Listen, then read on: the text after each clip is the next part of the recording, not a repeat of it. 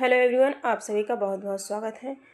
साथियों, हम सभी जो है वन लाइनर क्वेश्चन कर रहे हैं जो कि हिंदी साहित्य के इतिहास से संबंधित है और यह सभी प्रतियोगी परीक्षा के लिए इम्पॉर्टेंट है जिनमें हिंदी पूछी जाती है। तो देखेंगे हम सभी। इसके पहले मैं थोड़ी सी चर्चा करना चाहूँगी कि जो यूपी टीजीटी पीजीटी है, असिस्टेंट प्रोफेसर भर्ती परीक्षा है, इन सभी में जो है निगेटिव मार्किंग कर दी गई है। और इसके बाद जो बदलाव हुआ है, नई नियमावली के अकॉर्डिंग जो बदलाव हुआ है, और इसके साथ साथ जीएस भी जो है लागू हो गया है।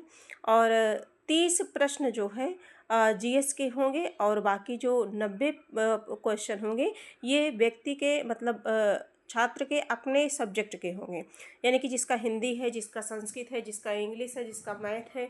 तो इस तरह से सबके अपने सब्जेक्ट के 90 क्वेश्चन होंगे और बाकी जीएस के 30 होंगे जो कॉमन होंगे सभी के लिए। और माइनस मार्किंग 1/3 है। और इसके साथ साथ जो है कहने का मतलब है कि पूरा एक तरफ से समझिए बदल चुका है पैटर्न परीक्षा का। और तो इस समय जो है, जो इतने बदलाव के साथ जो है आ रही है वैकेंसी, जो आने वाली है, बहुत समय नहीं लगेगा। और परीक्षा भी नवंबर दिसंबर में करा ले जाने का विचार है। तो इस तरह से जो वैकेंसी आ रही है और समय भी बहुत ज़्यादा नहीं मिलेगा। 2022 की तरह इस बार जो वैकेंसी है वो जो है पोस्टपोन नहीं होगी और अपने निर्धारित समय पर आ जाएगी। तो मुश्किल से जो है, जैसे जुलाई समझिए बीत चुकी है, अगस्त और सितंबर, अक्टूबर, नवंबर, है ना, अक्टूबर, यानी कि 2-2.5 महीने टोटल बचे हैं। और इसमें जीएस भी पढ़ना है, इसमें अब जीएस भी जो है पढ़ना है। तो थोड़ा ध्यान दे के पढ़ें और अपने समय को जो है जहाँ से मिले वहाँ से आप जो है जितना ज़्यादा से ज़्यादा हो सके अपने समय को जो है निकालना सीखें, समय को बचाना सीखें और उसे जो है अपनी पढ़ाई में लगाएं। तो इन्हीं के साथ हम सभी देखते हैं जो प्रश्न है ये प्रश्न संख्या 20 तक हम लोग कर लिए थे। हिंदी साहित्य के उत्तर काल को अलंकृत काल कहने वाले विद्वान, तो अलंकृत काल कहने वाले विद्वान जो है मिश्रबंधु हैं। आगे 21 नंबर के प्रश्नों को हम सभी देखते हैं।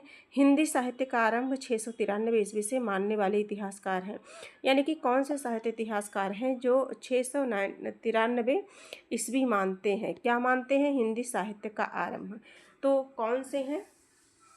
तो ये है डॉक्टर राम कुमार वर्मा है। कौन है? डॉक्टर राम कुमार वर्मा है। तो इसका जो है डॉक्टर राम कुमार वर्मा आंसर हो जाएगा।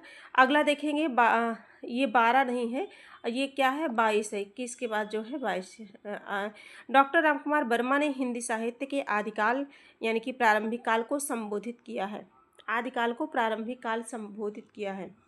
आदिकाल को मतलब संबोधित किया है, क्या कहा है? डॉक्टर राम कुमार वर्मा ने हिंदी साहित्य के आदिकाल को किससे संबोधित किया है, यानी कि उन्होंने आदिकाल को क्या कहा है? तो इन्होंने आदिकाल को संधिकाल या चारण काल कहा है। क्या कहा है? संधिकाल या चारण काल।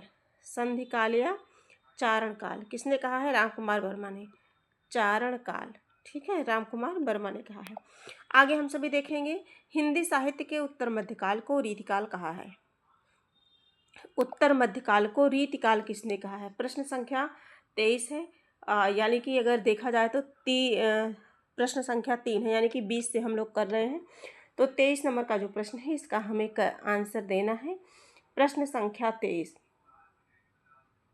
आचार्य रामचंद्र शुक्ल किसने कहा है? तो आचार्य रामचंद्र शुक्ल ने उत्तर मध्यकाल को रीतिकाल कहा है। आगे हम सभी देखेंगे, हमारा जो अगला प्रश्न है, वर्ण क्रमानुसार पद्धति में लिखा गया हिंदी साहित्य का इतिहास का प्रथम ग्रंथ है। जो वर्ण क्रमानुसार लिखा गया, तो कौन सा लिखा गया? जो है इस्तवारदाला लिटरेतुर ऐंदिवे हिंदुस्तानी, यानी कि किसने लिखा है इसे? इस्तवारदाला लिटरेतुर ऐंदिवे हिंदुस्तानी किसने लिखा है इसे? जो है गारसादा तासी ने लिखा है। तासी ने लिखा है। और किस भाषा में लिखा है? फ्रेंच भाषा में लिखा है। किस भाषा में? फ्रेंच भाषा में लिखा है। आगे हम सभी देखेंगे, और ये किस तरह से है, तो वर्ण क्रमानुसार पद्धति में लिखा गया है। आगे देखेंगे, आचार्य रामचंद्र शुक्ल द्वारा रचित हिंदी साहित्य का इतिहास सर्वप्रथम प्रकाशित हुआ। किसने प्रकाशित हुआ था, तो शब्दसागर की भूमिका में सर्वप्रथम प्रकाशित हुआ था। ये प्रश्न कई बार परीक्षा में बना है। आचार्य शुक्ल की ऐतिहासिक दृष्टि डैश डैश डैश युग की परिस्थितियों को प्रमुखता प्रदान करती है। युग की परिस्थितियों को प्रमुखता प्रदान करती है, डैश डैश। ये परीक्षा में आया हुआ प्रश्न था, तो मैंने इसमें ले लिया। आगे देखेंगे, 28 नंबर का प्रश्न है, वह लेखक जिसने कालों की रचनाओं की विशेष प्रवृत्ति के अनुसार उनका नामकरण किया है। वह लेखक जिसने कालों की रचनाओं की विशेष प्रवृत्ति के अनुसार उनका नामकरण किया है, 28 नंबर का प्रश्न है। तो इसका करेक्ट आंसर क्या होगा,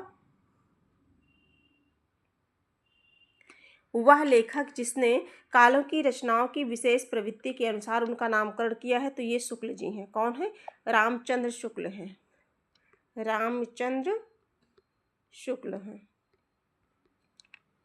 आगे हम सभी देखेंगे, आचार्य रामचंद्र शुक्ल के अनुसार आदिकाल का समय है। आदिकाल का समय शुक्ल के अनुसार, 29 नंबर का प्रश्न है, शुक्ल के अनुसार जो है आदिकाल का समय पूछा जा रहा है।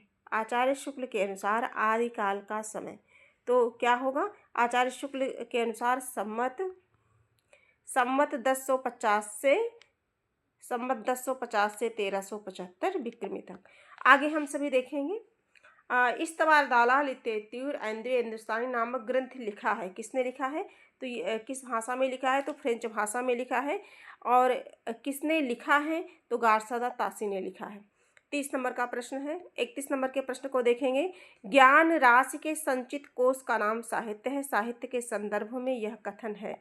ये कथन किसने कहा है, परीक्षा में कई बार आया है, तो ये महावीर प्रसाद द्विवेदी। किसने, महावीर प्रसाद द्विवेदी ने। ठीक है। आगे हम सभी देखेंगे, 32 नंबर के प्रश्नों को देखेंगे, हिंदी साहित्य के इतिहास का काल विभाजन करने वाले प्रथम इतिहासकार हैं, तो जॉर्ज ग्रियर्सन है। कौन है, आंसर होगा जॉर्ज ग्रियर्सन। पुनः प्रश्न को देखेंगे, हिंदी साहित्य के इतिहास का काल विभाजन करने वाले प्रथम इतिहासकार जॉर्ज ग्रियर्सन है। अगला देखेंगे, रामचंद्र शुक्ल के वीरगाथा काल को आदिकाल कहा है, तो आदिकाल को आदिकाल किसने कहा है, आचार्य हजारी प्रसाद द्विवेदी ने। 34 नंबर के प्रश्न को देखेंगे, पंडित विश्वनाथ प्रसाद मिश्र के मत में रीतिकाल का नाम श्रृंगार काल होना चाहिए, क्योंकि मतलब क्यों होना चाहिए, श्रृंगार काल क्यों होना चाहिए, क्योंकि रीतिकाल नाम रखने से उसके विभाजन का मार्ग बंद हो जाता है। ऐसा माना गया है कि रीतिकाल का नाम रखने से उसके विभाजन का मार्ग बंद हो जाता है, इसलिए पंडित विश्वनाथ प्रसाद मिश्र के मत से रीतिकाल का नाम श्रृंगार काल होना चाहिए। 35 नंबर का प्रश्न है, जो इस क्लास का आखिरी प्रश्न है।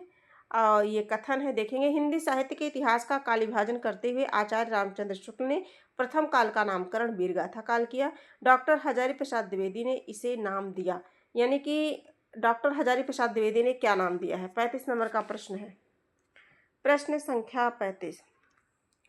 देखिए, अभी ये प्रश्न हम सभी पहले भी कर चुके हैं, जस्ट अभी 2 प्रश्न के पहले हम लोगों ने किया है। फिर से देखेंगे, हिंदी साहित्य के इतिहास का काल विभाजन करते हुए आचार्य रामचंद्र शुक्ल ने प्रथम काल का नामकरण वीरगाथा काल किया। और हजारी प्रसाद द्विवेदी ने क्या कहा है, कहने का मतलब है हजारी प्रसाद द्विवेदी ने आदिकाल वीरगाथा काल को किस नाम से अभिहित किया है, तो आदिकाल। किस नाम से, आदिकाल के नाम से। ठीक है, प्रश्न को कभी कभी घुमा दिया जाता है। तो इस तरह से आज की क्लास में हम लोगों ने 15 प्रश्नों को किया है ना, बहुत अधिक प्रश्नों को ना करके धीरे धीरे थोड़ा थोड़ा प्रश्न हम सभी करेंगे। और आज की क्लास यहीं कंप्लीट करते हैं, फिर हम मिलेंगे इसी तरह से वन लाइनर के माध्यम से हम सभी आदिकाल, भक्तिकाल, रीतिकाल जहाँ तक हो सकेगा पूरा कंप्लीट करने की कोशिश करेंगे। उसके बाद फिर अपने क्वेश्चन पे आ जाएंगे। आज के लिए इतना ही, फिर मिलेंगे, तब तक के लिए धन्यवाद।